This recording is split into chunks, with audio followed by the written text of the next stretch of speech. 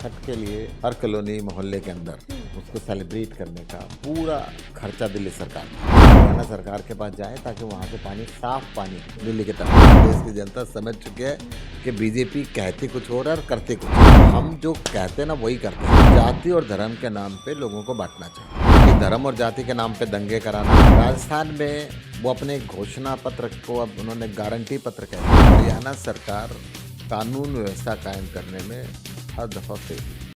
आम आदमी पार्टी के सांसद सुशील गुप्ता इस वक्त हमारे साथ हैं। सर, नूंह से एक बार फिर ऐसी घटना सामने आई है जिसने महिलाओं को सड़कों पर अब उतार दिया है, प्रदर्शन कर रहे हैं। पत्थरबाजी की घटना जो वहां से सामने आई थी, किस तरीके से देखते हैं, क्योंकि आप भी वहीं से हैं। हरियाणा सरकार कानून व्यवस्था कायम करने में हर दफा फेल हुई है। जी। हरियाणा सरकार क्योंकि लोगों के वायदों पे पूरे नहीं कर पाई, लोगों की उम्मीद पे खरी नहीं उतरी, तो अब जाति और धर्म के नाम पे लोगों को बांटना चाहती है। बहुत खेद है कि पिछली बार भी ये बात स्पष्ट रूप से हरियाणा के गृह मंत्री ने कहा था कि कोई सीआईडी की फाइल मेरे पास नहीं भेजी गई, मेरे पास कोई रिपोर्ट नहीं आई। और महकमे का कहना था कि हमने भेज दी, क्योंकि महकमा सीएम साहब के पास था। तो सीएम साहब ने जानबूझ के गृह मंत्री को उससे अलग रखा। एसएसपी को छुट्टी भेज दिया गया वहां से एसपी को। तो पुलिस के सुरक्षा के प्रबंध नहीं के, पहली चेतावनी के बावजूद भी। तो उसमें लगता है कि सरकार इसके अंदर खुद इन्वॉल्व थी। अब भी इसकी जांच होगी तो मामला सामने आएगा। ये केवल 24 घंटे झूठ बोलते हैं। मैं आज देख रहा था कि हरियाणा के मुख्यमंत्री राजस्थान के अंदर गए हुए हैं।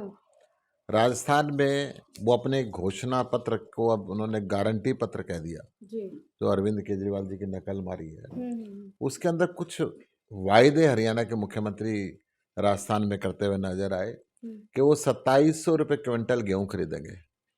हरियाणा के लोगों से तो नहीं खरीद रहे, हरियाणा के किसान से इनको क्या नफरत है। उन्होंने वहां पे कहा कि 12वीं पास करने वाले मेधावी छात्रों को स्कूटी देंगे। हरियाणा में तो नहीं दी इन्होंने, 9 साल से इनकी सरकार है। वो कह रहे हैं गरीब महिलाओं को 450 रुपये में गैस का सिलेंडर देंगे। हरियाणा में तो 1000 रुपये लेते हैं आप। हरियाणा की गरीब महिलाओं से क्या आपको नफरत है? क्यों आप ऐसा कर रहे हैं? आप कह रहे हैं कि राजस्थान के अंदर 2.5 लाख सरकारी नौकरी देंगे। हरियाणा में तो आज तक आपने नहीं दी। आपकी 5 साल के बजाय भी 9.5 साल की सरकार हो गई है। इसके साथ साथ आप कह रहे हैं पेपर लीक में जब भी होगा तो एसआईटी का गठन करेंगे। आपके राज्य में 30 बार पेपर लीक हो गया हरियाणा के अंदर, आज तक आपने एसआईटी का गठन नहीं किया। ये जो दोहरा चरित्र है, ये मनोहर लाल जी दोहरा चरित्र चलने वाला नहीं है। हरियाणा की जनता और देश की जनता समझ चुकी है कि बीजेपी कहती कुछ और है और करते कुछ है। ये अरविंद केजरीवाल जी से इन्होंने गारंटी का शब्द चुराया तो, परंतु अरविंद केजरीवाल जी ने कहा था कि हम बिजली के बिल बढ़ने नहीं देंगे, हम बिजली फ्री दे रहे हैं। दिल्ली के अंदर भी दे रहे हैं, पंजाब में भी दे रहे हैं। शहीद को सम्मान राशि 1 करोड़ रुपए फ्री दे रहे हैं, पंजाब में भी दे रहे हैं, दिल्ली के अंदर भी दे रहे हैं। स्कूल हमने दिल्ली के अंदर भी बहुत वर्ल्ड क्लास बना दिए, पंजाब में भी बना रहे हैं।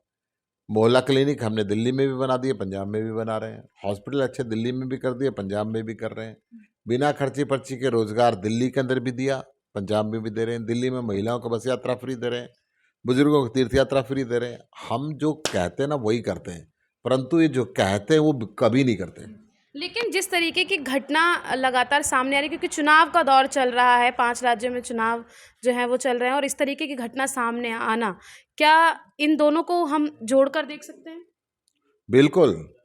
ये धर्म और जाति के नाम पे दंगे कराना, इनके मंत्री चुनाव के दौरान 10-10 हजार करोड़ रुपए का घोटाला और चरस की अफीम की खेती कनाडा में करने के वीडियो सरेआम घूम रहे हैं। अब ईडी और सीबीआई कुछ नहीं कह रही। चौथा वीडियो आज जारी हुआ है, कनाडा के किसी टेलीविजन के माध्यम से वो वीडियो आज घूम रहा है। कनाडा के टेलीविजन पे सरेआम प्रसारित किया गया है कि वो व्यक्ति नरेंद्र तोमर जी के घर पे आकर रहा, उनकी सरकारी गाड़ी उनके पास थी, उस सरकारी गाड़ी से पंजाब जाता था, उस सरकारी गाड़ी से राजस्थान जाते थे, जो बयान दे रहे हैं। और उन्होंने सब कुछ व्यक्ति के नाम भी बताए, परंतु भारत सरकार चुप है। एक सवाल और है, छठ पर्व नज़दीक है, जिसको लेकर भाजपा लगातार आम आदमी पार्टी को यमुना की सफाई को लेकर घेरती हुई नजर आ रही है।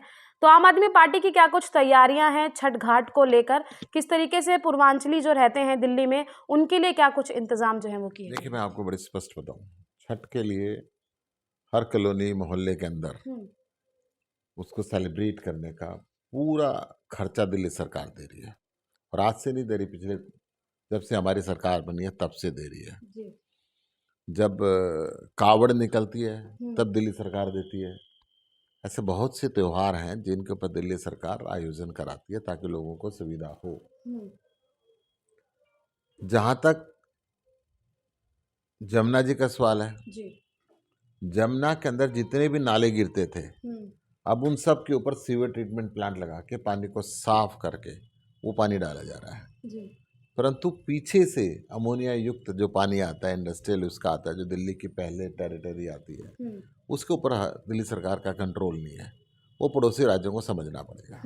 लेकिन अभी रिसेंटली भाजपा के कुछ सांसद दिल्ली के जो हैं और जो अध्यक्ष हैं वीरेंद्र सचदेवा, वो भी गए थे कालिंदी कुंज घाट पे। वहाँ पर उन्होंने जायज़ा लिया था और देखा था चारों तरफ जिस तरीके के झाग जो निकलकर सामने आ रहे हैं। मैं वही कह रहा हूँ कि पड़ोसी राज्य हरियाणा में उनकी सरकार है, तो उनको बेहतर है कि यमुना पे जाने के बजाय हरियाणा सरकार के पास जाएं, ताकि वहाँ से पानी, साफ पानी दिल्ली की तरफ आए। दिल्ली के सांसद होने के नाते उनकी ड्यूटी बन जाती है कि वो जिस राज्य में उनकी सरकार है केवल कम से कम उनसे तो बात कर लें।